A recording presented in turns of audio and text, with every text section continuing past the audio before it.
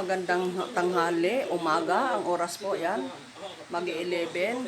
Tapos na po maglaba ang katulong. Ayan po, mga tinanggal sa labahan, tupiin. Yan po aking boss, tulog. Kasi po magdamag hindi siya natulog. Ngayon lang po yan natulog. So another blessing. May dumating na naman po para kay boss ko, oxygen. Yan po, pinalhan po siya ng bago pong oxygen yan, brand new. Hindi po yan sikanhan. Yan po, oh. Oxygen po niya, bagong-bago. Yan. Pinadalhan po siya na naman ng bagong gamit, oxygen. Ito po, yung control ng hangin, kung hanggang saan ang hangin, off and on. So, nandito po yung mga tubo. Yan. Yan po yung mga tubo. Mga brand new po yan, dumating kahapon, nung Webis yata ito dumating. Oo, Friday, kahapon nga po. Dumating po kahapon ng umaga. Bago po kami nagpunta ng doktor. Yan po. So, ito lang po ang kagandahan dito. Talagang asikaso po nila si Wilson. Ayan, suction. Kinumplituhan na po siya ng gamit. Suction, oxygen, yan, airbed. Ito po, airbed niya. Yan. Airbed po niya. Ika lang ha. Ayan, airbed niya. So, ito ang kuryente ng airbed niya. Kailangan lagi lang po yan nakasaksak para hindi mawala ng hangin. Yan, hospital bed. Yan po, kinumplituhan po nila ang boss ko ng gamit. So, yan po tulog. Ay, swerte rin po ng asawa ko dito dahil mahal na mahal po siya dito ng gobyerno. Tinutulungan po talaga siya sa kanyang At saka sa hospital naman po, sa ngayon, hindi na po ako masyado problema sa bill kasi may binigay nga po na card sa akin na malaki po ang discount doon. Hindi ko lang po alam kung maire-refund po ang binayaran ko noong lumabas po kami. Itong huling na hospital po ang asawa ko, 5,000 po ang binayaran ko. Sabi po ng pamangkin ko, inilakad po niya kahapon na siya po magre-refund. So kahapon pinuntahan namin, so close na, andun sa so bali sa Lunes pa po, pinababalik po siya pero siya na lang daw po ang lalakad kasi may trabaho po ako. Swerte din po ako, binigyan po ako ng isang kamag-anak ng asawa ko na para tumalalay naman sa kanya. At kahit medyo maldita dati yan, mabuti bumait na ngayon. So yon, anytime na gusto ko siyang tawagan, nandyan daw lang siya. Kasi niya naman tumutulong po talaga siya sa akin. Ayan.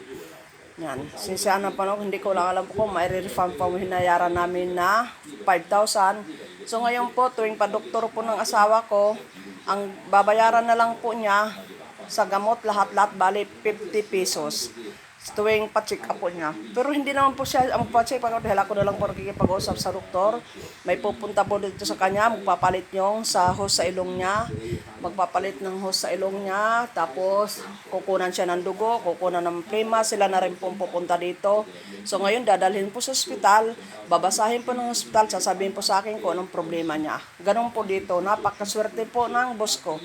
So ito, kompleto na po siya ng gamit. So ito po may oxygen. Sa totoo lang po, kahit nasa ospital po kami, ayaw na ayaw po niyang gumamit ng oxygen. Pero tinitingnan po nila, kasi mayroon po sila nilalagay sa kamay o kaya sa paa, iniipit, kung kailangan mag-oxygen o hindi. Pero kung okay naman, hindi po siya kinakabitan ng oxygen. Pero kung kailangan, binibigyan po siya ng oxygen, pero mababang nasa number 2 lang po. Ang kailangan ko lang po sa kanya, lagi isa-isa suction. Kasi kailangan po siya lagi sa saksyon para magandang pagginhawa niya, para hindi siya nahihirapan huminga yan.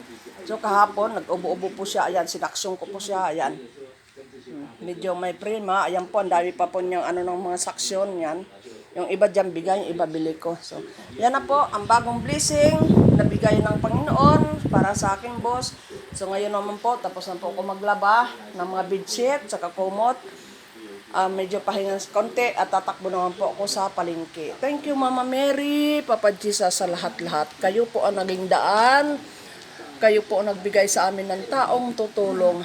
At nandyan naman po ang kapatid ng asawa ko, si William, na anytime naman pag tinawagan ko, na dumarating din naman po siya. Kaya lang hindi ko po siya masyado ngayon inoobliga dahil sobra pong init. Tsaka medyo may nararamdaman na rin po niyan. So, ayan naman, pinapaliwanag ko sa mga pamangkin niya. na hindi ko pwede obligahin yung isang uncle nila kasi sobrang init ngayon, tsaka medyo nararamdaman. So sabi ni Sandra, o sige na ante, ako na lang po ang tutulong sa inyo kung may kailangan, tawagan mo lang ako. Thank you Lord, at mayroong isang pamangkin ni Wilson na nagmamalasakit pa rin sa kanya. Thank you sa mga blessing, Lord. Thank you sa lahat. Ang hinihingi ko lang sa iyo na mawala na po tuluyan ang pagsisisor ni Wilson. Kahit ganito po ay lagaan ko pa siya ng ilang taon. Huwag lang pabalik-balik sa ospital kasi pag pabalik-balik po kami ng ospital, wala po akong trabaho. So ang gastos po sa ospital, pagkain ko araw-araw.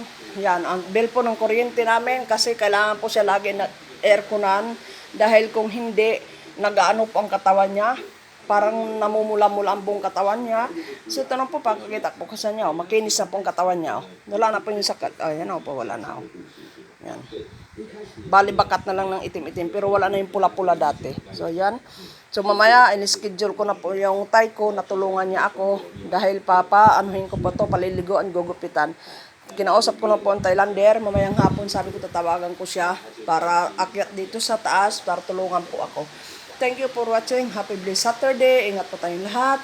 Shout out po sa lahat ng nagpapalo sa akin, sumusuporta. Thank you very much. God bless po sa inyo. Si Lord na pong bahala. Hindi ko man po kayo kilala.